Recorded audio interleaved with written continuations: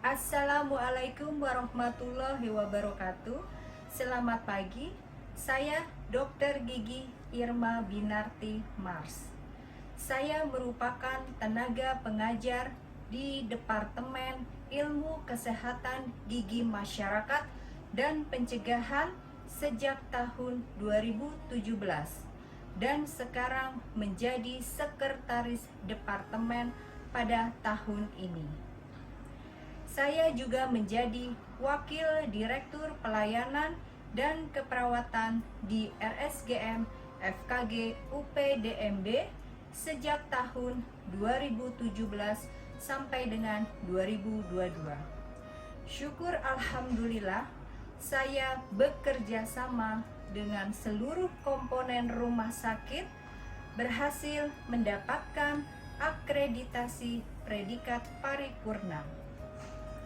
Saya Dr. Gigi, lulusan Fakultas Kedokteran Gigi Universitas Profesor Dr. Mustopo Beragama, lulus tahun 2005, kemudian melanjutkan pengabdian pegawai tidak tetap Kementerian Kesehatan Republik Indonesia, bekerja di Puskesmas Kabupaten Tengaran, Jawa Tengah pada tahun 2006 sampai dengan 2009. Kemudian saya melanjutkan pendidikan Magister Administrasi Rumah Sakit di Universitas Respati Indonesia pada tahun 2012 dan lulus pada tahun 2014.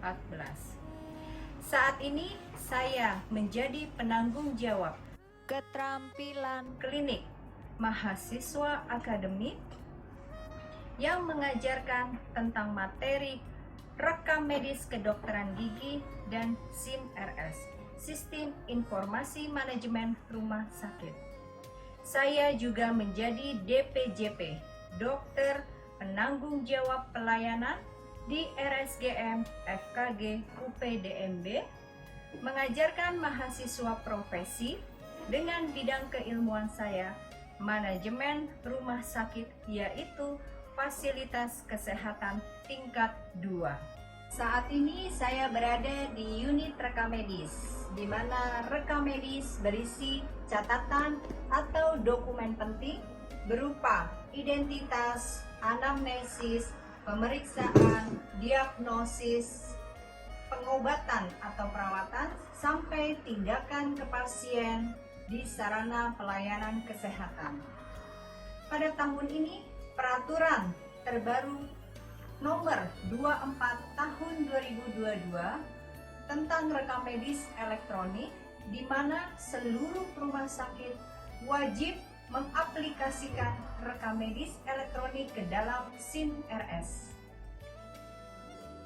SIM-RS adalah suatu sistem teknologi informasi komunikasi yang memproses dan mengintegrasikan seluruh alur proses bisnis layanan kesehatan dalam bentuk jaringan koordinasi, pelaporan, dan prosedur administrasi untuk mendukung kinerja dan memperoleh informasi secara cepat, tepat, dan akurat. Berikut cuplikan pengajaran keterampilan klinik mahasiswa akademik berupa tugas mandiri atau tugas kelompok yang dapat diakses melalui Google Classroom. Oke, selamat pagi semuanya. Selamat pagi, dokter. Selamat pagi, Dok. Oke, Selamat pagi, Dok. Selamat pagi semuanya. Hari ini kita mulai pembelajaran lagi ya untuk materi topik skill lab tentang rekam medis. Karena nanti kan kalian harus mengisi status rekam medis di DAMI. Nah, sebelumnya kita bahas dulu apa sih yang dimaksud dengan rekam medis gitu ya. Karena kan nanti rekam medis ini harus kalian gunakan pada saat kalian mengerjakan pada saat kalian sudah masuk ke profesi gitu ya. Jadi nanti kalian harus mengisi DAMI rekam medis. Nah, itu masih di bawah pengawasan DPJP, tapi nanti rekam medis yang sesungguhnya kalian isi untuk pasien kalian itu pada saat kalian sudah menjadi dokter profesional, gitu ya. Kalian sudah lulus menjadi dokter gigi, baru kalian isi di rekam medis yang sesungguhnya. Karena ini kalian masih preklinik, mau nggak mau kalian harus tahu dulu bagaimana cara mengisi status rekam medis. Oke, kita mulai dengan materi saya, materi skill lab. Udah kelihatan semuanya ya? Sudah, Dok. Sudah terlihat, Dok. Oke, makasih. Oke, kita mulai. Di sini saya akan membahas rekam medis kedokteran gigi. Nah, yang ingin saya tanyakan sebelum kita mulai, pasti kalian pernah dengar lah yang namanya rekam medis. Coba, kalau boleh tahu, Luna deh. Luna, mungkin kamu udah pernah dengar apa yang dimaksud dengan rekam medis? Izin menjawab ya, Dok. Jadi, rekam medis itu adalah berkas berisi catatan dan dokumen tentang pasien. Biasanya ada isinya tuh berupa identitas, pemeriksaan, pengobatan, tindakan medis pada sarana pelayanan kesehatan untuk rawat jalan maupun rawat inap, baik dikelola pemerintah maupun swasta, Dok. Oke, lengkap sekali ya, bagus banget nih Luna. Berarti Luna udah kayaknya sebelum memulai materi saya nih kayaknya udah belajar dulu ya tentang rekam medis. Bagus Luna. Jadi nanti begitu ngisi status jadi nggak salah ya. Di mana keluhan utama, di mana nanti pengobatannya, diagnosanya dan lain sebagainya. Oke ya, itu benar sekali. Jadi rekam medis itu yang dikatakan rekam medis adalah istilah untuk seseorang berkonsultasi di fasilitas kesehatan gitu ya, untuk menjaga, jadi kayak semacam catatan penting gitu ya, untuk menjaga keamanan pasien, kepuasan pasien gitu ya. Biasanya dibutuhkan untuk dokter atau tenaga medis yang terkait untuk mencari tahu informasi mengenai riwayat kesehatan pasien yang berguna juga untuk mengklaim pembiayaan gitu ya. Bisa sebagai asuransi ataupun BPJS. Oke, sebelumnya harus tahu dulu nih, kenapa sih kok ada namanya rekam medis? Berarti kita harus tahu dulu perkembangan dari rekam medis. Jadi ada sejarahnya ya. Nah, ini yang tadi dikatakan Luna, jadi ini juga rekam medis menurut Huffman dan menurut Hatta. Yang dikatakan rekam medis itu apa sih? Rekaman atau catatan mengenai siapa, apa, mengapa gitu ya. Untuk diberikan kepada pasien selama perawatan yang memuat pengetahuan mengenai pasien dan pelayanan untuk mengidentifikasi pasien gitu ya. Kalian melakukan nanti diagnosa pasien sampai ke rencana pengobatan gitu. Nah, menurut Hatta juga sama, dia juga mengatakan berisikan catatan tentang identitas, anamnesa, diagnosis gitu ya, yang diberikan kepada pasien di sarana pelayanan kesehatan. Nah, ini dia perkembangan rekam medis di Indonesia. Jadi, pertama kali dikeluarkannya itu menurut acuan itu di PP nomor 10 tahun 1960. Jadi di sini dikatakan petugas kesehatan diwajibkan untuk menyimpan rahasia kedokteran termasuk rekam medis. Kemudian keluar lagi pada tahun 1972 dengan surat Kemenkes nomor 034 gitu ya, tahun 1972 tentang perencanaan dan pemeliharaan rumah sakit. Kemudian keluar lagi SK Dirjen Yanmed tahun 78 tentang penyelenggaraan rekam medis di rumah sakit, keluar lagi. Jadi selalu update ya, namanya perkembangan rekam medis itu selalu update. Kemenkes pun selalu mengeluarkan undang-undang terbaru. Jadi benar-benar diupdate apa yang terbaru dia masukin lagi ke undang-undang atau tidak ke Permenkes. Kemudian ada Permenkes nomor 749, ada Undang-Undang nomor 29 tahun 2004, kemudian ada lagi Permenkes nomor 269 tahun 2008 tentang rekam medis, kemudian ada di KKI juga tahun 2006, Undang-Undang 44 tahun 2009 tentang rumah sakit, karena memang rekam medis ini digunakan di seluruh fasilitas pelayanan kesehatan ya. Nah, ini yang terbaru adalah pada tahun 2022 Permenkes nomor 24 tahun 2022 tentang rekam medis elektronik. Kemudian apa sih manfaat dari rekam medis? Ada untuk administrasi, medis, legal, keuangan, penelitian, pendidikan, dan dokumentasi. Nah, ini yang kita punya di RSGM, formulir rekam medisnya seperti ini. Jadi ini covernya, cover rekam medis kita. Kemudian ada di dalamnya itu formulir pendaftaran pasien baru, ada formulir persetujuan umum. Jadi nanti nih kalian kalau sudah masuk ke RSGM, kalian sudah menjadi mahasiswa profesi, kalian sudah bisa paham gitu ya. Oh ternyata nanti pada saat saya membawa pasien, pasiennya itu harus mengisi form pendaftaran terlebih dahulu. Diisi lengkap, jadi ada nomor rekam medisnya, ada golongan darahnya, kemudian ada persetujuan umumnya. Nah, di sini ada hak dan kewajiban sebagai pasien. Nanti yang membacakan adalah petugasnya. Petugasnya dia membacakan semuanya nih, dari akses, informasi, rahasia, barang pribadi, dan lain sebagainya. Kalau misalnya ini sudah lengkap, dari nomor rekam medis sampai biodatanya ini lengkap, baru nanti ditanda tangan.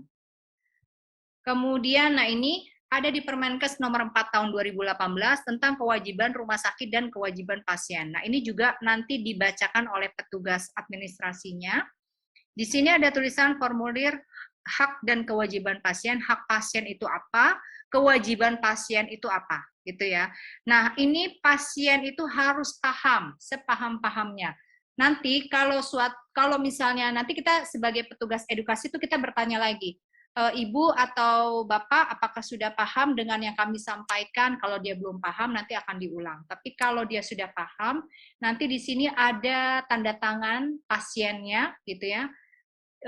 Dia tanda tangan dan kemudian diberikan nama jelas. Kemudian kalau yang memberi edukasi pun juga memberikan tanda tangan. Jadi sama-sama dua-duanya itu saling memahami apa haknya pasien di rumah sakit dan kewajibannya pasien itu apa di rumah sakit. Gitu ya. Sejauh ini masih ini ya, udah masih paham ya apa yang saya sampaikan. Oke, kita lanjutkan lagi. Ini form rekam medis kedokteran giginya.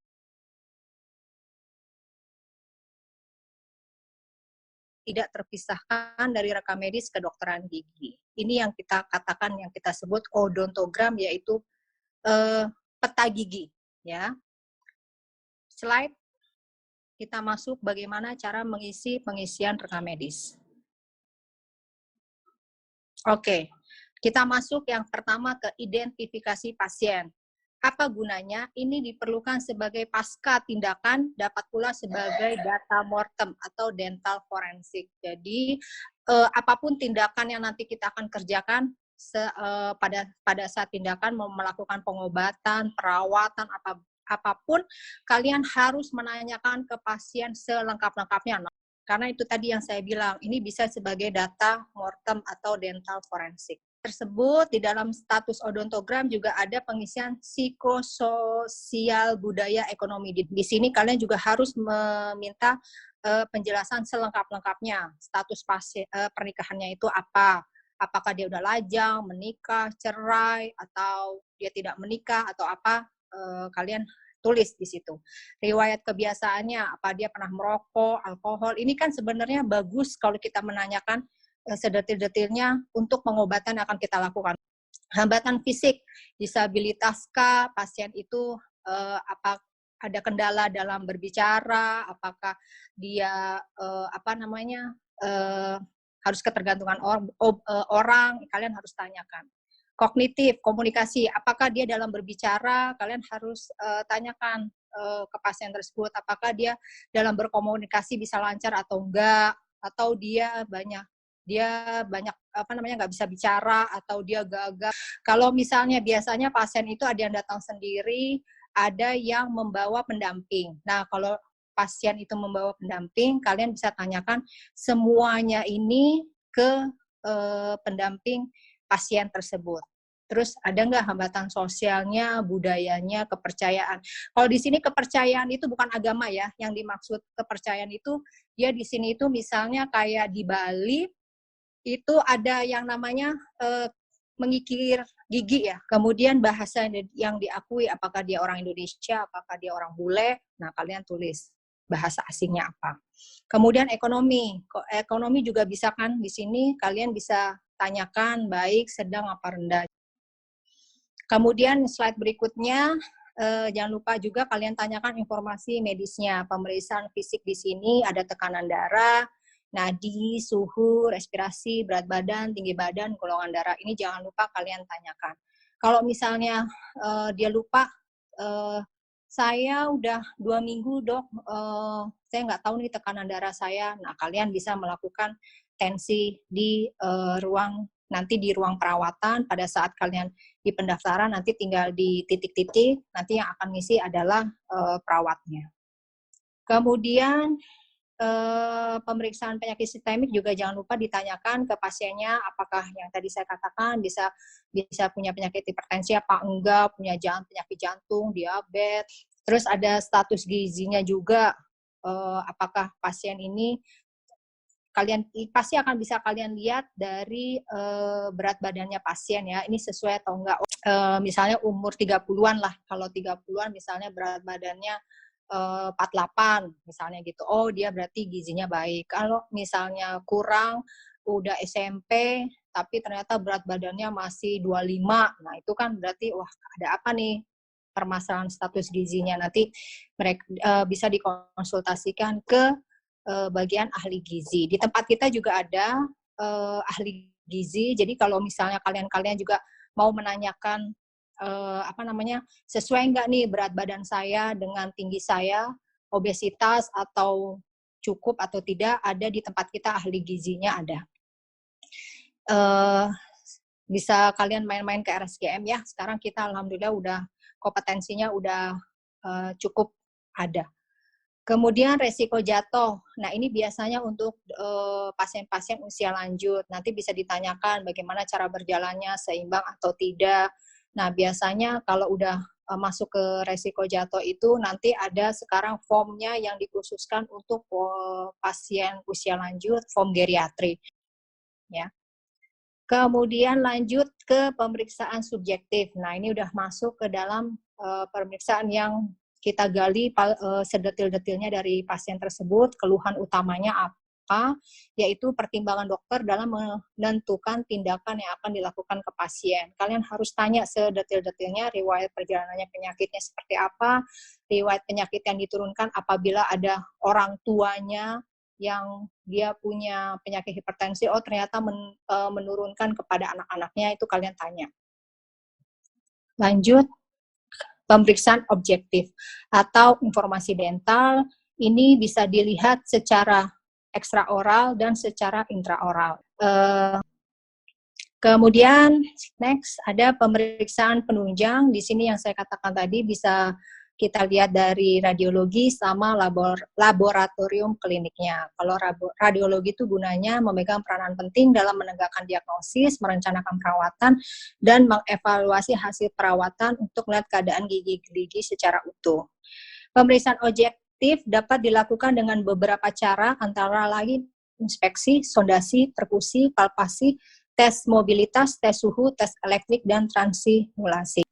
Kemudian yang selanjutnya di dalam form rekam medis juga ada namanya asesmen nyeri. Nah, ini biasanya baru sekarang juga kita terapkan asesmen nyeri. Nah, kalau sekarang itu harus kita bisa lihat dari asesmen nyeri ini. Jadi ada beberapa kategori asesmen nyeri secara VAS, Visual Analog Scale, ada secara VRS, Verbal Rating Scale, dan ada secara VPS. Jadi kalau kita kadang-kadang ragu, misalnya kayak gigi paling belakang, kita ragu nih pasien ini datang dengan intraoral, kita lihat ternyata tidak ada giginya. Tapi kita ragu-ragu nih, kita mau ngisi dia tidak tumbuh atau dia giginya hilang, missing, atau apa ya. Nah, kalau kalian ingin lebih detail, pasiennya bisa kalian lakukan pemeriksaan radiologi ya. Kalau kalian ini kasusnya begini, apa ya diagnosisnya, kalian bisa membuka di PPK ICD-10. Dan diagnosa banding, diagnosa yang dilakukan dengan membandingkan tanda klinis suatu penyakit dengan tanda klinis penyakit lainnya. Jadi diagnosis utamanya, kalian bisa tahu nih, oh ini DD-nya itu apa ya, mendekati penyakit apa ya. Nah, itu namanya diagnosis banding. Kemudian setelah kalian melakukan resum, kalian melakukan prognosis, yaitu melakukan keperawatannya. Bagaimana nih sesudah dilakukan pengobatan atau perawatan tertentu, gimana nih keberhasilannya. Kemudian rencana perawatan. Rencana perawatan itu apa sih yang diperlukan seorang dokter gigi untuk membuat jadwal kerja atau prioritas perawatan. Jadi prinsip yang dapat diaplikasikan sebagai termasuk ke dalam kegawat daruratan, DHE-nya, OHI, scaling. Jadi begitu kalian sudah tahu keluhan utamanya pasien itu tadi apa, kalian melakukan diagnosis, kalian udah melakukan prognosis, keberhasilannya, nah kalian bisa melakukan rencana perawatannya. Itu tadi ya contohnya. Nah, kemudian rujukannya nih kemana? Apakah harus, oh ya, nah tadi kan kalian udah tahu mau di scaling gigi vitis tersebut, banyak karang giginya, ternyata harus dilakukan pembersihan karang gigi scaling, terus itu dirujuknya kemana? Ke klinik apa sebenarnya? Nah, kalian bisa rujuk ke Pro, di sini bisa ke Exo Scaling, nih, ke Pro Lab Periodontia. Jadi kalian bisa melakukan pro scaling rahang atas dan rahang bawah di klinik periodontia. Kalau pro exo di klinik mana? Ada yang bisa jawab? Radix 21 dan 22. Bedah mulut, Dok. Ya, betul. Nah, odontogramnya kita lanjut ke pengisian odontogram. Nah, ini. Ketentuan umum. Penulisan harus menggunakan FDI, Federation Dental International, numbering system. Setiap gigi harus ditulis notasinya. Lokasi dan jenis restorasi serta kondisi lainnya harus digambarkan dalam odontogram.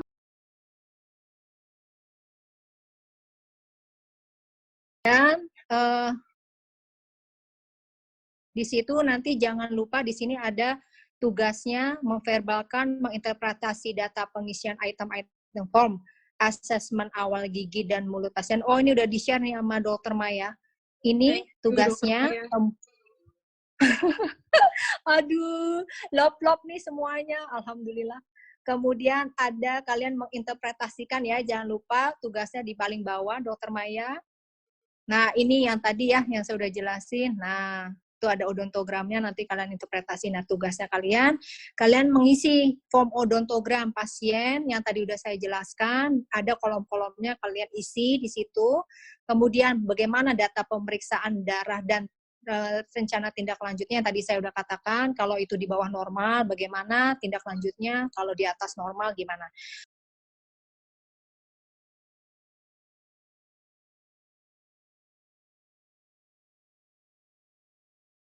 Oke, Assalamualaikum warahmatullahi wabarakatuh. Selamat pagi semuanya.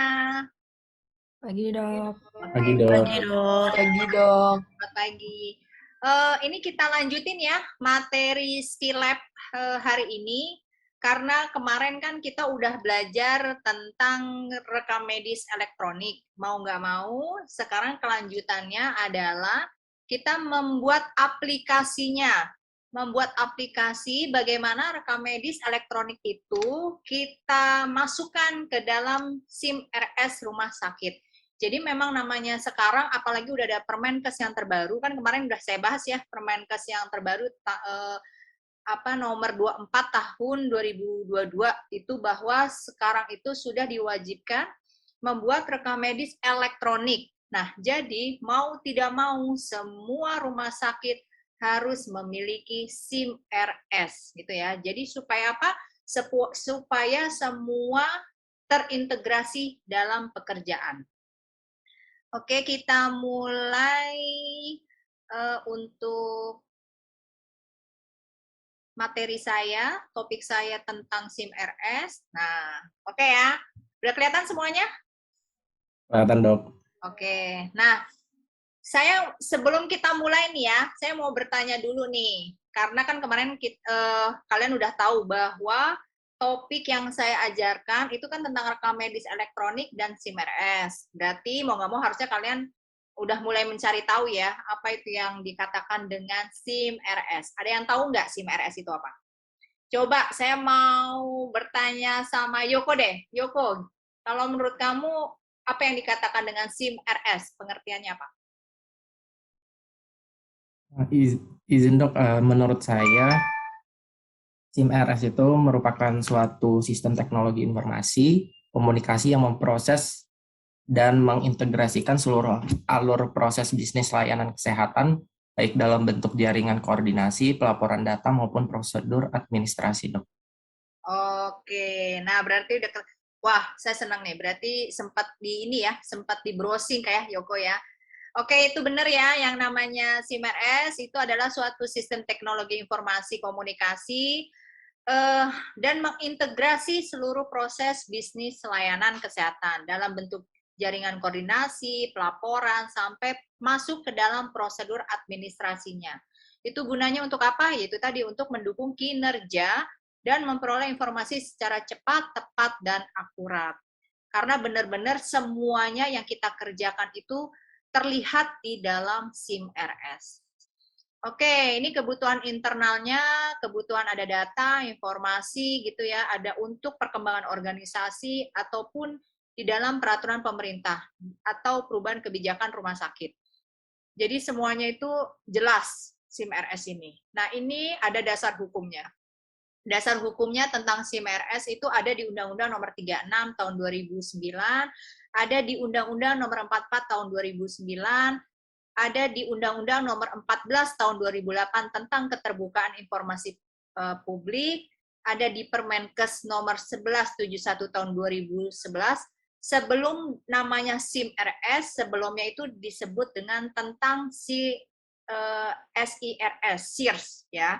Nah, begitu pada tahun 2013 PMK nomor 82 keluar, baru itu yang dinamakan SIM-RS, Sistem Informasi Manajemen Rumah Sakit. Jadi kalian udah tahu ya dasar hukumnya. Nah, begitu sekarang PMK nomor 82 keluar tahun 2013, mau tidak mau PMK yang nomor 1171 tahun 2011 itu sudah tidak digunakan lagi. Ini peran organisasinya untuk mempercepat implementasi SIM-RS yang terintegrasi gitu ya, untuk mempercepat kebutuhan teknologi. Kemudian ini semua itu diperlukan implementasi SIM-RS yang terintegrasi dan berkesinambungan. Jadi karena sudah diwajibkan yang namanya rekam medis elektronik, mau tidak mau seluruh formulir gitu ya yang ada di dalam rekam medis itu semuanya masuk ke dalam SIM-RS. Jadi misalnya poliklinik gitu ya, begitu dia dokternya menginput itu udah bisa langsung masuk ke farmasi untuk obat-obatannya. Kalau memang itu pasien harus dilakukan pemeriksaan penunjang, itu sudah masuk ke dalam radiologi atau masuk ke dalam lab darah. Jadi benar-benar semuanya terintegrasi dan berkesinambungan. Begitu pula dengan datanya keuangan ya. Jadi di situ semua yang diinput dari kasir gitu ya, dia masuk ke dalam SIM-RS, itu pun pimpinan puncak atau pimpinan tertinggi seperti direktur dan jajarannya itu udah bisa memantau, sudah bisa melihat benar-benar transparansi. Jadi tidak ada yang sistemnya manual lagi, semuanya harus terinput di SIM-RS.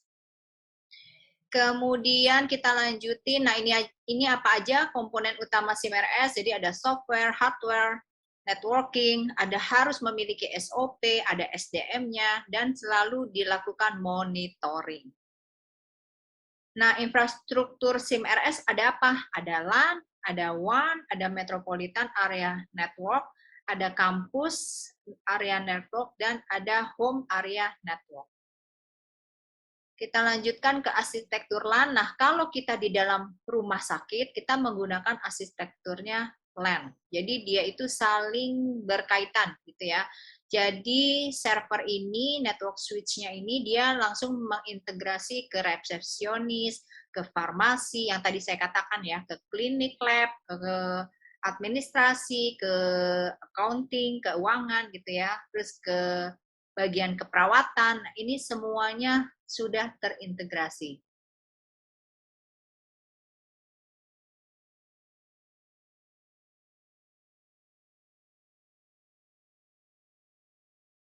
Demikianlah video pengajaran saya. Atas perhatiannya, saya ucapkan terima kasih. Wabillahi taufiq wal hidayah. Wassalamualaikum warahmatullahi wabarakatuh.